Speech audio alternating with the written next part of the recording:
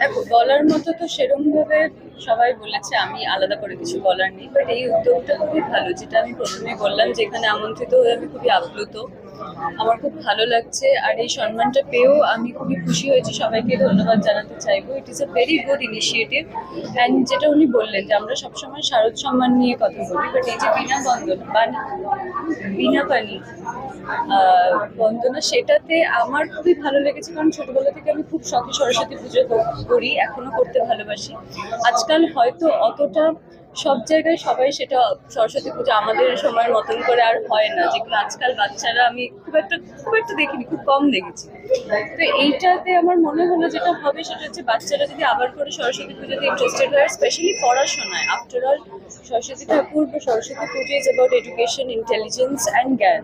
আজকে education, intelligence, এই দুটোর প্রায়োরিটি আমাদের কাছে অ্যাজ এ সোসাইটি সবার আগে হওয়া উচিত। আর যেটা আমি বললাম যে রাইট টু এডুকেশন আমাদের কনস্টিটিউশনে one of the fundamental rights. তো শিক্ষিত হওয়ার আর শিক্ষিত সবাইকে গড়ে তোলার প্রচেষ্টাটা খুবই ইম্পর্টেন্ট। তা সেটা চলুক, আর আমরা যেন এগিয়ে যেতে পারি সমাজ হিসেবে, এইটুকুই চাইবো। আমি শ্বেতা মিশ্রা। আমরা জেনারেলি আমরা দেখি যে শারদ সম্মান দুর্গা পুজোতে, বাট বাণী বন্দনা যে সম্মান এটা খুব রেয়ার। তো এই উদ্যোগটা যে সাদে আল্লাদে নিয়েছে, আমি তাতে খুবই খুশি। এটা হচ্ছে যারা আর কি স্টুডেন্টস, যে নিউ জেনারেশন যারা আছে, তারা আরো উদ্যোগী হোক সরস্বতী পুজো করতে। তো মানে আমার মতামতে এই উদ্যোগটা আরো সামনের বছর যেন আরো ভালো করে আরো ভালোভাবে ভাবা হয়। ভীষণই ভালো লাগছে, একটা অন্য রকম একটা আয়োজন। সেটাকে অবশ্যই সাধুবাদ দিতে হয়, কারণ সরস্বতী পুজো আমরাও ছোটবেলায় আমরা তার মধ্যে বিভিন্ন ধরনের ক্রিয়েটিভ দিকগুলো ফুটে ওঠে। আমরা ছোটবেলায় আমাদের স্কুলকে সাজিয়েছি, কিন্তু পরে বুঝেছি ওই যে আমাদের টিচাররা আমাদের এই সাজানোর মধ্যে আমাদের মধ্যে দায়িত্ববোধ, আমাদের ক্রিয়েটিভ পার্টগুলোকে আরো বড় করে তোলার একটা চেষ্টা ছিল। এবং এখন যে এই সরস্বতী পুজোর সাজানো, সরস্বতী পুজোর ঠাকুর সবকিছু ঘিরে একটা সম্মান, একটা মানে এরকম একটা অনুষ্ঠান আয়োজন করা হয়েছে, সেখানে কিন্তু আরো বেশি করে বিভিন্ন বাচ্চাদের মধ্যে, স্কুলের বিদ্যার্থীদের মধ্যে সেই ব্যাপারটা কিন্তু আরো ফুটে উঠবে। তো এটা অবশ্যই একটা সাধুবাদ জানাতে হয় এই ধরনের অনুষ্ঠান আয়োজন করার মধ্যে দিয়ে। আর সেখানে আমি এই বাণী বন্দনা সম্মানে মনোনীত হয়েছি, এরকম একটা অনুষ্ঠানে থাকতে পেরেছি, সেটা আমি নিজেকেও খুব ধন্য মনে করছি। এখন আমি কতটা এই সম্মানের অধিকারী বা যোগ্য সেটা বলতে পারবো না, তবে হ্যাঁ, সেটা তো নিশ্চয়ই একটা অন্যরকম উন্মাদনা আমার মধ্যেও আসছে যে আমাকে এখানে আসার সুযোগ করে দেওয়া হয়েছে। আর বাণী বন্দনার সম্মান যেটা আমি এখন দেখলাম, সেটা সত্যি আমার কাছে খুবই নতুন। আমরা সাধারণত দেখি যে দুর্গাপুজো কোনো ক্লাবকে আমরা সম্মান দিচ্ছি, তাতে কি হয় না, দুর্গাপুজোতে অনেক সময় বেশিরভাগ সময় বড়রা কর্মকাণ্ডের সঙ্গে জড়িত থাকে। সাধারণত বাচ্চারা সরস্বতী পুজো করে, সরস্বতী পুজো স্কুলের পুজো, তো এখানেও অনেক স্কুল এখানে পার্টিসিপেট করেছে, দেখলাম তারা উপহার পাচ্ছে। তাদের মুখগুলো দেখে সত্যি খুব ভালো লাগছে, বাচ্চারা আরো বেশি উৎসাহিত হচ্ছে। আমরা অনেকভাবে বলি না বাচ্চাদের যে পড়াশোনা করো পড়াশোনা করো, তো এইটাও আমার মনে হয় তাদেরকে উৎসাহ দেওয়ার একটা নতুন পন্থা যারা স্পন্সরার আছেন তারা হয়তো আবিষ্কার করেছেন। তো তাদের মাথা থেকে এটা যে বেরিয়েছে, এবং এটার জন্য নিশ্চয়ই বাচ্চারা আরো বেশি উৎসাহিত হবে, এবং পরের বছর নিশ্চয়ই তারা আরো মহা উৎসাহে সরস্বতী পুজো করবে। সরস্বতী পুজোটা তো শুধু পুজো না, এটা একটা বাণী বন্দনা।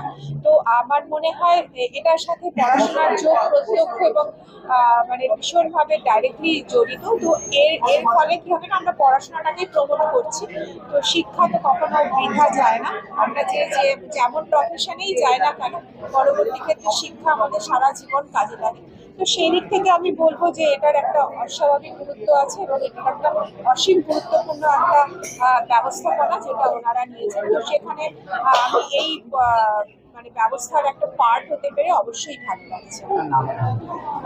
আমি প্রণতি সাহা, আমি পুলিশে চাকরি করি, ডিএসপি স্পেশাল সিআইডি।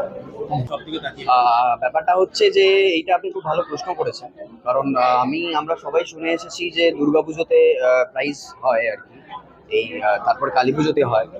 তো বাণী বন্দনা আমারও প্রথমবার শোনা, অর্গানাইজড বাই সাদে আল্লাদে। তা আমি যখন প্রথমবার শুনলাম, তা আমি তখন প্রশ্ন করলাম যে এরকম আবার হয় না। তা দেখলাম সেটা কমপ্লিট হলো। অবভিয়াসলি যখন ওরা মানে ঘুরে ঘুরে বিভিন্ন প্যান্ডেলে গিয়েছিল আর কি, তো আমি সেদিন যেতে পারিনি। তো তারপরে দেখলাম সেটা সত্যি সত্যি হলো আর কি। তো এটা একটা, হ্যাঁ, প্রথম বছর, অবভিয়াসলি এটা প্রথম বছর, হয়তো আমাদের দেখা দেখি হয়তো পরবর্তীকালে অনেকেই হয়তো এরকম ভাবে সেই বাণী বন্দনা 2026 হয়তো অর্গানাইজ করবে। এটা প্রথম বছর। কতগুলো ক্লাব অংশগ্রহণ করেছিল এবং কারা কারা প্রাইজ পেল? কতগুলো? দেখুন, অত ডেটা আমি আপনাকে বলতে পারবো না, কারণ ডিরেক্টলি আমি ইনভলভ ছিলাম না। তবে আমি যতদূর জানি যে 15-17খানা ক্লাব স্কুল মিলে প্রতিযোগিতা হয়েছে আর কি। বজবজের দিকে গেছিল, নর্থ কলকাতা আছে, সাউথ কলকাতা আছে। তো তার মধ্যে 8টা ক্লাবকে এরা বেছে নিয়েছে আর কি প্রাইজের জন্য। ক্লাব এবং স্কুল? ক্লাব এবং স্কুল মিলিয়ে ফার্স্ট, সেকেন্ড, থার্ড, তারপরে fourth, fifth, six, seventh, eight.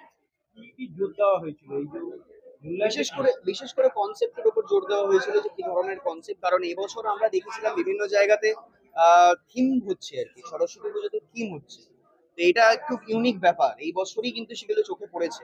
হয়তো পরবর্তীকালে আস্তে আস্তে আরো বৃদ্ধি পাবে জিনিসগুলো।